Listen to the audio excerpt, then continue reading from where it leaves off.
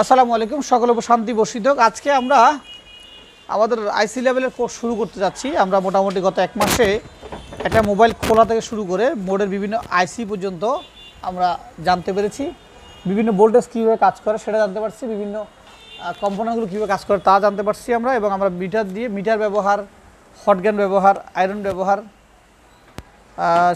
বিভিন্ন আইসি খোলা লাগানো, বেসিক অনেকগুলো বিষয় আমরা ক্লিয়ার হয়েছি, তাই না?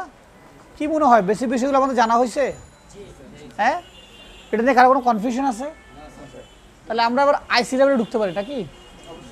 আইসি লেভেলে ঢুকতে হলে আমাদের প্রথম কিছু শর্ত মেনে নিতে হবে।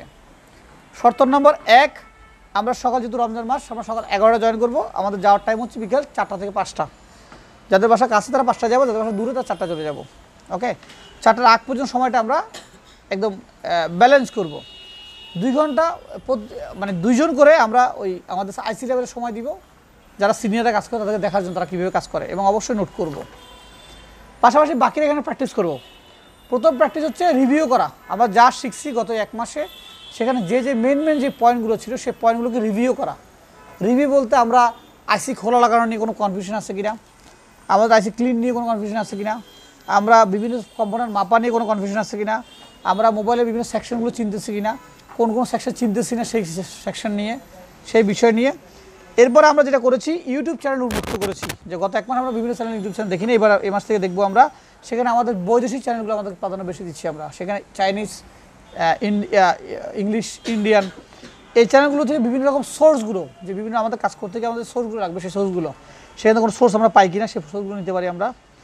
এবং রাত্রে আমরা গ্রুপ ডিসকাশন করব, যে গ্রুপে আমরা বিভিন্ন বিষয় নিয়ে যা শিখছি এই বিষয় নিয়ে। আমি আশা করছি যে তোমরা এই এক মাস এই ট্রেনিংটা করার পর তোমরা অনেকে আমার চেয়ে এক্সপার্ট হয়ে যাবা, এবং আমরা বিশ্বাস করি, আমরা চাই তোমরা আমার চেয়ে এক্সপার্ট হও। এটাই আমাদের স্বপ্ন। অনেক সিনিয়ররা চায় যে তার চেয়ে তার জুনিয়ররা বা স্টুডেন্টরা তার চেয়ে জুনিয়র হবে, আজীবন জুনিয়র থাকবে। আমরা এটা বিশ্বাস করি না, কারণ এই প্রজন্ম, এখনকার প্রজন্ম অনেক আপডেট প্রজন্ম। তোমাদের শেখার সুযোগ অনেক বেশি হয়েছে। তোমরা এখানে ডায়াগ্রাম পর্যন্ত শেখার সুযোগ পেয়েছো। আমরা কিন্তু ডায়াগ্রাম শেখার সুযোগ পাই নাই। ডায়াগ্রাম শেখা দেবো দূরের কথা, ডায়াগ্রাম বিষয়ে বোঝার লোক পাইনি, এখনও নাই। স্টিলটাও এখনও পুরো বাংলাদেশে ডায়াগ্রাম বোঝার লোক কম। সে জায়গায় আমরা ডায়াগ্রাম এক্সট্রা করতেছি। কেন করতেছি? কারণ প্রযুক্তি এখন এরকম। এখনকার সময় যদি ডায়াগ্রামটা তুমি বুঝো, তুমি খুব সহজেই একটা কাজ করতে পারবা। যদি না বুঝো, তোমার জন্য কাজ করা অনেক দুষ্কর হয়ে যাবে। এবং বাইরে সবাই কাজ করতেছে এরকম, ঝড়ে বক মরতেছে, পুকুরে কেরামতি হচ্ছে। ওগুলো মাঝে মধ্যে 2-1 বার হয়, বারবার কিন্তু হয় না। সো কাজেই আমরা এই এক মাস লাইনটা নেওয়ার পরে 8+ ক্যামেরা লাইন হওয়ার পরে যদি আমরা পরবর্তী সময়ে যে ফিল্ডে গিয়ে কাজগুলো করব, সেই কাজগুলো করার সময় যাতে আমরা কারো কাছে হ্যাও না হই, প্রশ্নবিদ্ধ না হই। কেমন? আমরা সেই কাজগুলো সুন্দর করে গুছিয়ে করতে পারি, এই জন্য আমাদের ডিপ লেভেল হতে হবে। সো এখন তোমরা কেউ প্রথম সেই বিগিনারের মতো নাই। এখন তোমরা সবাই মোটামুটি 1 মাস শেষ করেছো, অনেক বেসিক লেভেল তোমরা ক্লিয়ার। এটাকে আমরা ধরছি গবেষণা পাঠ। আইসি লেভেল বিশেষ হচ্ছে গবেষণা পাঠ। এই পাঠটা খুব হার্ড নাই, আমরা সবাই স্লোলি আগাবো এবং ডে বাই ডে একটা পয়েন্ট শিখবো। আমরা আগামী 20 দিনে বা 25 দিনে যদি 25টা পয়েন্ট শিখতে পারি, এনাফ। একটা আইসির মধ্যে 25টা সমস্যা নাই, আছে। 25টা পয়েন্ট যদি আমরা শিখতে পারি, তাহলে আমরা এখান থেকে অনেকগুলো জিনিস শিখতে পারবো, যেগুলো আমরা এখন যে বিষয়গুলো নিয়ে আলোচনা করতে যাচ্ছি বা ক্লাসগুলো করতে শিখতে যাচ্ছি, এগুলো বাইরে যারা কাজ করে তাদের 80% লোকগুলো জানে না, বাট সে পয়সা কামাচ্ছে। তো যেখানে একটা লোক এই বিষয়গুলো জানে না, সে পয়সা কামাইতে পারে বুম বাং করে, চার্জিং পিন বা টুকটাক ডিসপ্লে লাগায়, এগুলো করে। আর সেখানে তুমি যখন এগুলো বেশি জানো তার কাছ থেকে, তুমি নিঃসন্দেহে তার কাছে ভালো পয়সা ইনকাম করতে পারবা, তাই না? এটা আমরা স্বপ্ন দেখি। সো আমরা চাই তোমরা আমাদের চেয়ে এক্সপার্ট হও, আমাদের পরিচয় দিতে পারি তোমরা আমাদের চেয়ে এক্সপার্ট, যে আমাদের ছেলেরা আমাদের চেয়ে ভালো কাজ করে। এটা আমাদের গৌরববোধ, এটা আমাদের জন্য কি নাই, লজ্জাকর না, এটা আমাদের জন্য সুখকর। ওকে, তাহলে তখনই কিছু শেখা হবে যখন আমরা রুলসগুলো মারবো। দৈনিক আমরা 10টা আইসি রিভলিং করবো, বা 10টা আইসি খুলবো, লাগাবো, 10টা আইসি বিভিন্ন ট্রাবল শুটিংগুলো করবো, এবং মিটার ব্যবহারিক করবো আমরা 20টা লাইন বা বিভিন্ন সেকশন ভোল্টেজ মাপবো। আমরা আয়রন দিয়ে জাম্পারিং করবো, পাওয়ার সাপ্লাই দিয়ে প্রতিদিন 1-2 ফোন রান করে দেখবো যে কী অবস্থা, কত রিডিং, ডেট থাকলে ডেট ফোন নিয়ে আমরা স্টেপ বাই স্টেপ কাজ করবো। তোমাদের মধ্যে যদি ওভারডে আইসি লেভেলে এক্সপার্ট হয়ে গেছে আমাদের ফয়সাল, ওকে দিয়ে আমি কিছু কাজ দিব, সেই কাজগুলো করবে, তোমাদেরকে সাথে নিয়ে করবে। তোমরা এখানেও কাজ করবা, আমাদের ওই আইসি ল্যাবে গিয়েও করবা। সব কিছু মিলিয়ে আমরা চাই যে এই একটা মাস আমাদের এখানে ভালো কিছু হোক। কি বলো সবাই? সম্ভব কি না? সম্ভব। সো আমরা এই সময়টা কাজে লাগাবো। রমজান মাস অলরেডি সকাল থেকে কথাই বলতেছি, যেহেতু কাজ অনেক করতে হবে আমাদেরকে। আর আমরা যারা এই ইফতার করি, রমজান করে রোজা রেখে ইফতার করে সেহরি করি, তাদের জন্য আমরা ছোট্ট একটু দিন নির্দেশনা দিব, এই ভিডিওর মধ্যে শেষ করে দিব। রমজান কিন্তু বলে না যে তুমি রোজা রেখে তুমি দিনে 11 ঘুম থেকে উঠবা। হ্যাঁ, অলি বুজুর্গরা যারা রোজা রেখে শুরু করেছেন, নবী রাসূলরা, তারা প্রত্যেক করে দেখিয়ে দিয়েছেন যে ফজরের আজান শেষ করার পরেই কাজ শুরু করতে হবে। জেনারেল যেভাবে হয় সেভাবে কী করতে হবে, ইফতার করতে হবে। তা আমরা সে জায়গায় ঘুম থেকে উঠি তো 9টা-10টা বাজে, তাই না? তার মানে অলরেডি আমরা নিয়মগুলো অতিরিক্ত করেছি, হলেও তাদের মধ্যে পরিশ্রম আমরা করি না।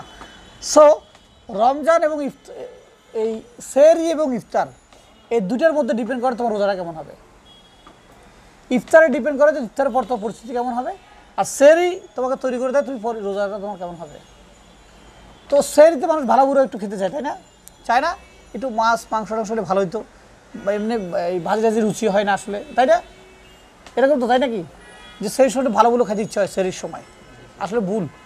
সেহরির সময় যত তুমি ভুনা খাবা, মাংস খাবা, তত তোমার দিনের কষ্ট বেড়ে যাবে। সেহরিতে মাছ, তুমি একটা মাছ খেতে পারো, কোনো অসুবিধা নেই, কিন্তু মাংস কোনোভাবেই নয়। মাংস খেতে যদি রসা যদি হয় তাহলে খেতে পারো, অন্যথায় মাংস খাওয়া যাবে না। একটা মাছ আর সাথে অবশ্যই পর্যাপ্ত কি ভাজি বা সবজি। এই 12-13-14 ঘন্টা না, 15-16 ঘন্টা পরে ইফতার হলে তোমার অসুবিধা হবে না। আর যখন তুমি ভুনা খেয়ে ফেলবা দুপুর কোনো রকম 12টা-1টা, এরপর বাকি যে 5 ঘন্টা, এই 5 ঘন্টা তোমার কুত্তার কেমন হয়ে যাবে। হ্যাঁ, তাই না? একদম। এরপর দেখবো যে কষ্ট, দুপুর পর যে পানির তৃষ্ণা ধরেছে, বাপরে বাপ। হ্যাঁ, রোজা তুমি শেষ হও, ইফতার তুমি তাড়াতাড়ি কাছে আসো। সো খাওয়া, এই যে আমরা রাত্রে মাছ যেটাই খাই না কেন, সাথে ভেজিটেবল বা সবজি মাস্ট। এই যে এখন এতক্ষণ কথা বলতেছি, এখনও প্রাণবন্ত। অলরেডি টাইম 3টা হয়ে 4টা বেজে আর কতক্ষণ। মানে গতকালকে রোজা আমার কাছে অ্যাক্সিডেন্ট রোজা ছিল, মনে হয় না আমি রোজা রাখছি আসলে। হ্যাঁ, তাই না? তো সেহরি যদি তুমি তোমার প্রাণবন্ত সেহরি খেতে পারো, তুমি শীঘ্র নিয়ম মেনে, রোজা তোমার জন্য হবে একটা এনার্জি। আর ইফতারের সময় যাতে খাওয়ার একটা বাজার হয়ে না যায় আর কি, এরপর খাওয়ার বাজার যা হয় সব খাও, এইটা করা যাবে না। মানে রোজা হচ্ছে আমাদের শরীরের আবর্জনা দূর করার একটা মাস, আসলে শরীরটাকে ক্লিন করার মাস। যেমন সারাদিন উল্টাপাল্টা, সারা বছর উল্টাপাল্টা খাই, রোজা 1 মাস একটু কম টাম খাই, কী হবে, শরীরের ময়লা আবর্জনাগুলো ক্লিন হবে আসলে। ওকে, একটা বলে দিচ্ছি আসলে। তো আমরা এই রমজান, এই কথাগুলো এই জন্য বললাম যে দিনে কেউ যদি আসে না জিমাই, যে আমার শরীর দুর্বল, আমি কাজ করতে পারতেছি না, জিমা আসতেছে, এগুলো করা যাবে না। এগুলো করলে কেরাত চলবে কিন্তু। হ্যাঁ, তো সবাই আমরা সেহরিটা হিসাব করে খাবো, যাতে দিনে সারাদিন কাজ করতে পারি আমরা, কেমন?